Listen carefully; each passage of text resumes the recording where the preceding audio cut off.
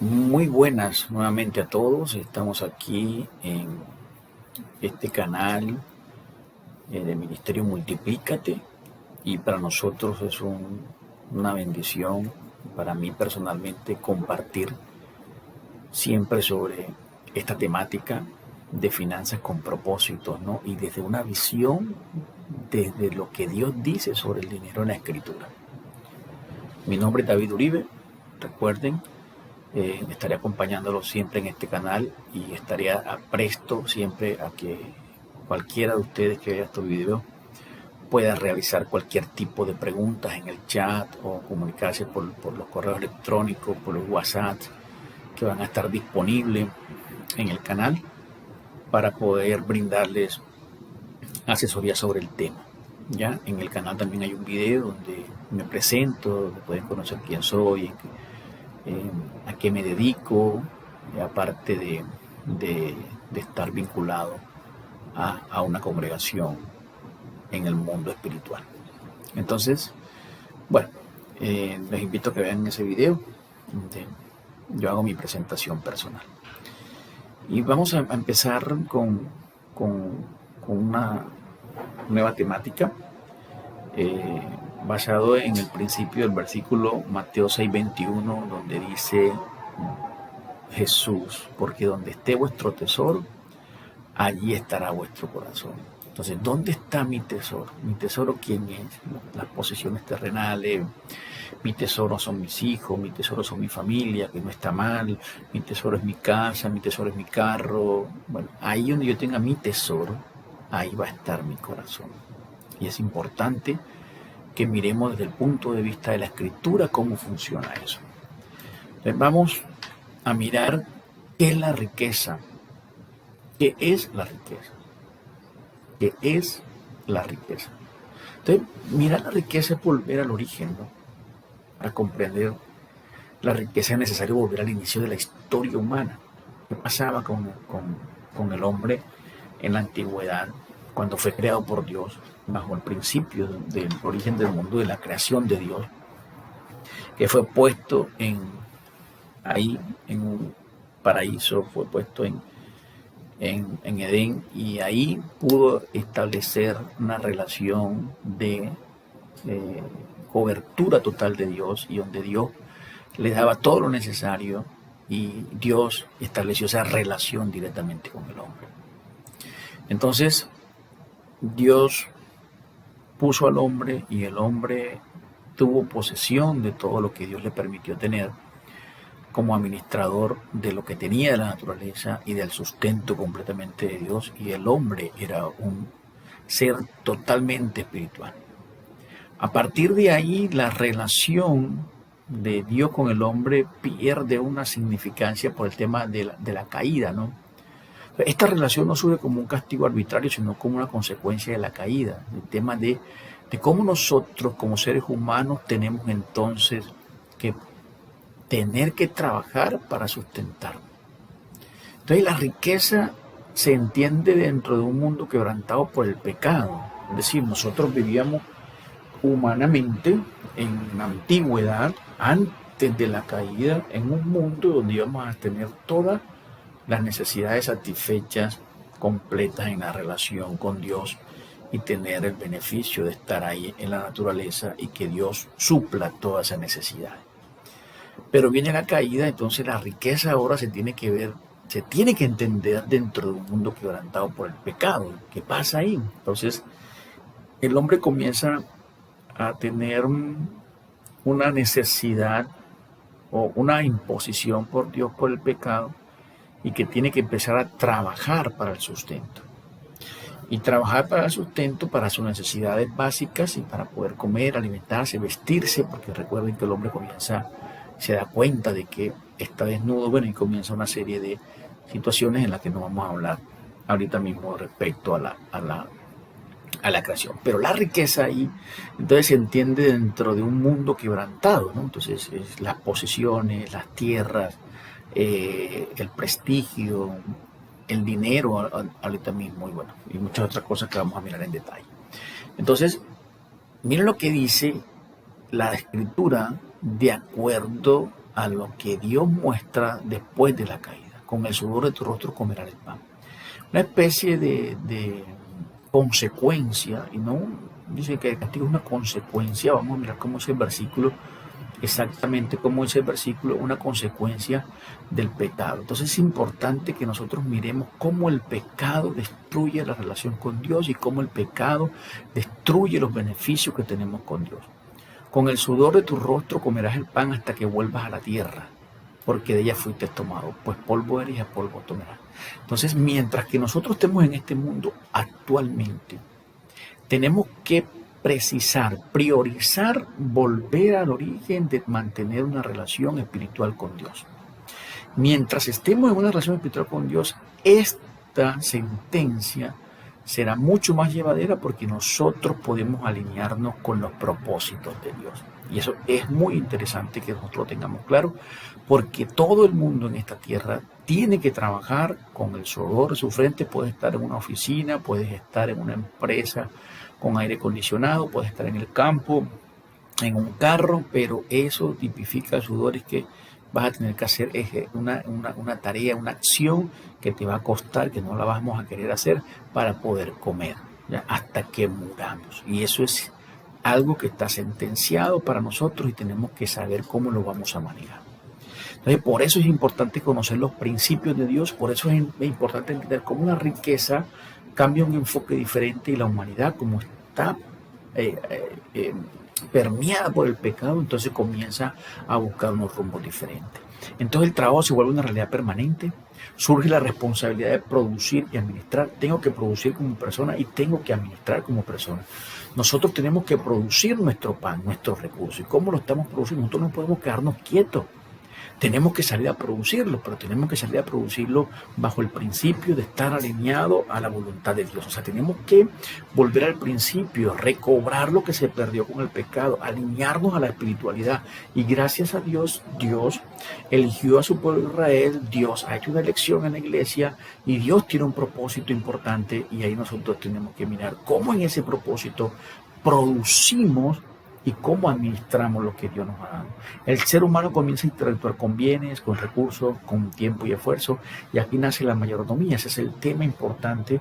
La mayordomía es un concepto bíblico que es muy difícil de entenderlo cuando yo me rijo por las leyes humanas que se ven en la sociedad y por los principios de la economía de la sociedad, del consumismo, del capitalismo salvaje, de cómo funciona la economía, de cómo nos atrapan para que estemos consumiendo lo que los capitalistas quieren que consumamos.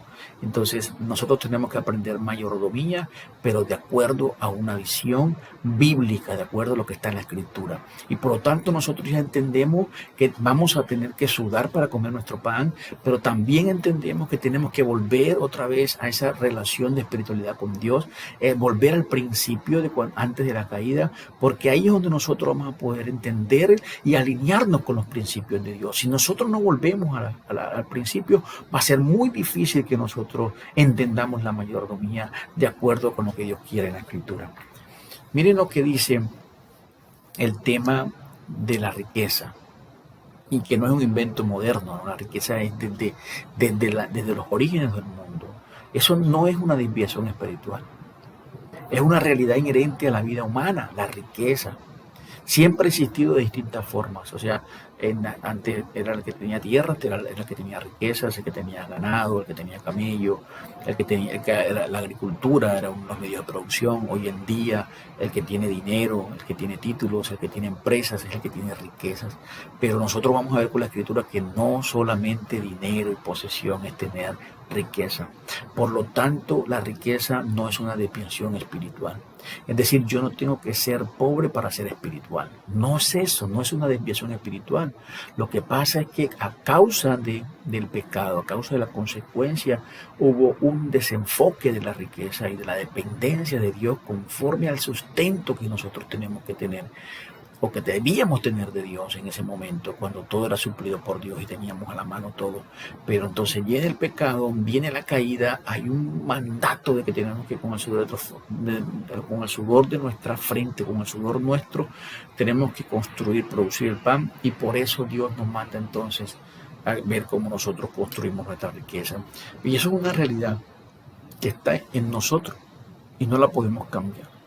Entonces, cada uno de nosotros tiene que entender que tiene que producir, que tiene que administrar, pero que tiene que estar alineado a los principios de Dios. Es decir, nuestra humanidad, nuestra mente tiene que estar conectada con el Creador. Sí, de lo contrario va a venir desesperación, temores, ansiedad, temor al fracaso, estrés, miedos, etcétera, una cantidad de cosas que están alineadas con eso. Y entonces es preocupante porque hoy la sociedad está en eso, ¿no?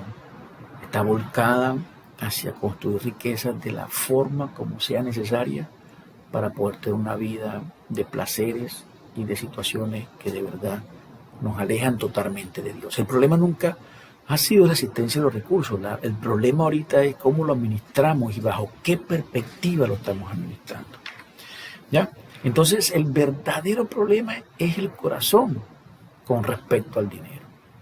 Conflictos personales que trae el dinero, una mala administración del dinero, conflictos familiares.